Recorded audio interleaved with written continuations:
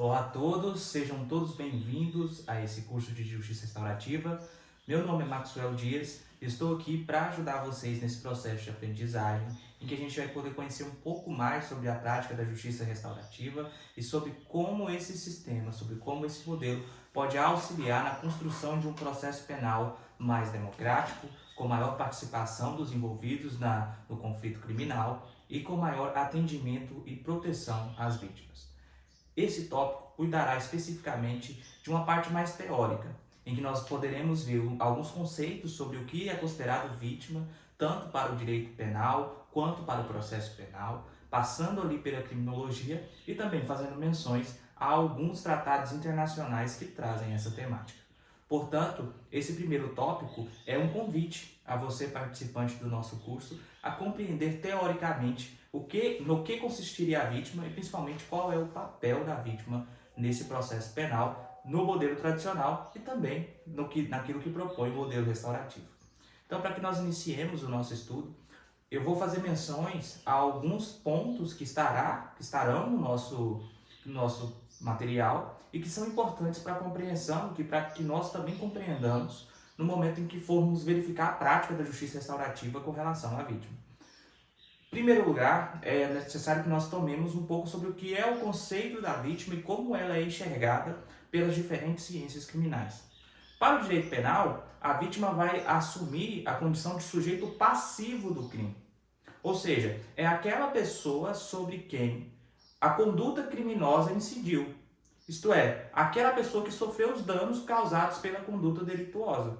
Então, se nós estivermos diante de um furto, por exemplo, a vítima será o possuidor ou proprietário da coisa furtada.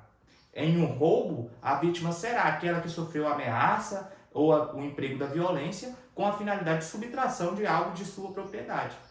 Então, para o direito penal, a vítima vai assumir esse papel de sujeito passivo do crime, a pessoa com relação à qual a conduta criminosa é praticada. Na criminologia, nós já temos um conceito mais ampliado de vítima.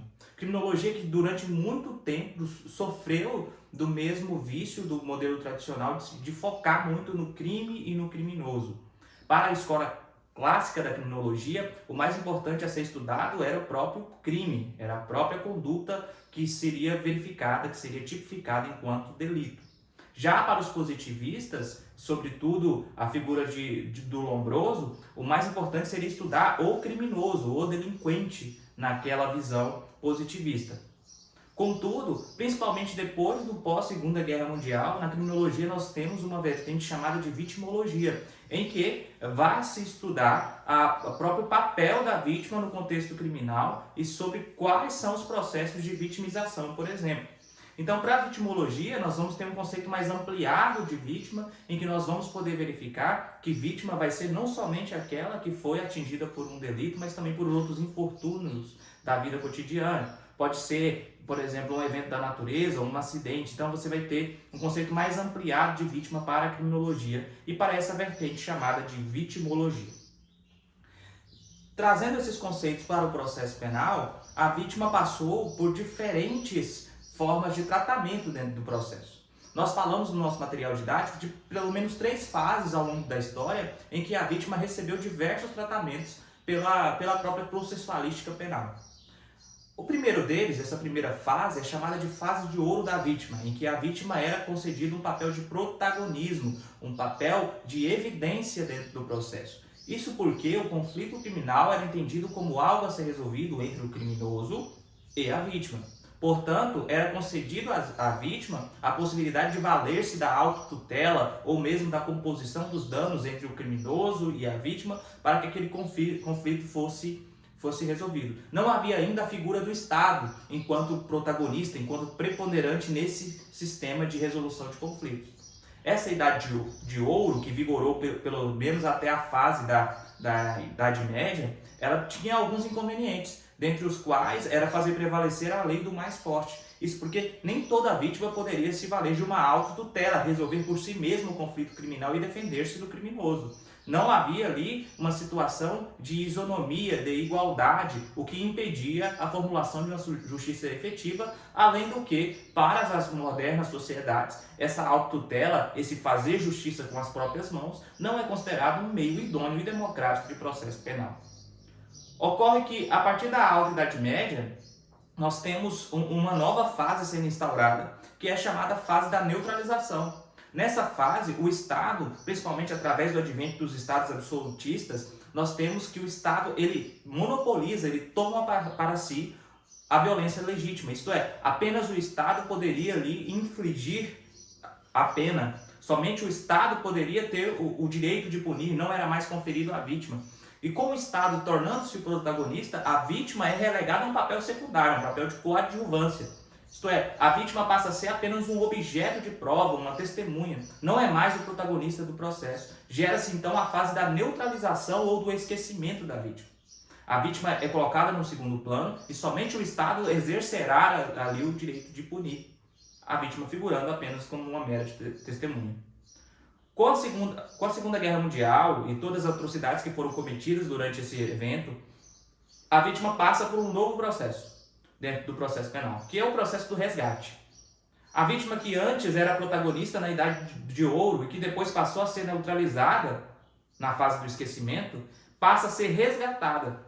E resgatada para passar a ter um papel de maior protagonismo dentro do processo. Isso não quer dizer, entretanto, retornar à Idade de Ouro, mas apenas de compreender que o papel da vítima no processo não deve ser meramente secundário, mas também de protagonismo.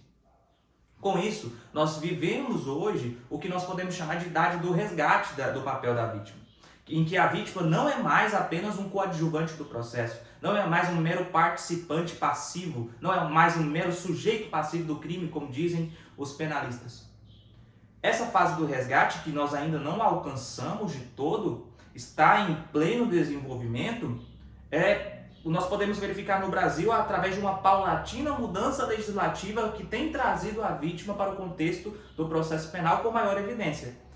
E nós trazemos esses exemplos no nosso material didático, mas sobretudo nós podemos citar e fazer a menção à Lei dos Juizados Especiais Criminais, que é a Lei 9.099 de 95. Através do instrumento da composição civil dos danos, por exemplo, a vítima aparece no processo penal como alguém que pode resolver o seu próprio conflito ali com o ofensor. E através dessa composição civil dos danos, é possível inclusive a extinção da punibilidade. Através dessa forma de estabelecer uma reparação efetiva ao dano que a vítima sofreu, o próprio processo penal vem se tornar desnecessário, em se tratando principalmente de ação penal privada e de ação penal pública condicionada à representação. Vai implicar ali na decadência dessa possibilidade, a própria composição civil dos danos irá extinguir a punibilidade. Então, com essa participação da vítima, a vítima sendo novamente convidada ao processo, nós temos uma mudança legislativa que tem se preocupado com a figura da vítima e que tem cada vez mais incentivado a sua participação e inclusão na resolução do conflito criminal. Contudo, como nós poderemos ver no nosso material didático, somente essas mudanças legislativas não se mostram efetivas para, por si só, promover o efetivo resgate. O que muito se vê ainda do nosso Código de Processo Penal, que ainda é da década de 40, é um esquecimento da vítima ou, quando não, uma recordação um tanto quanto negativa. Explico para vocês.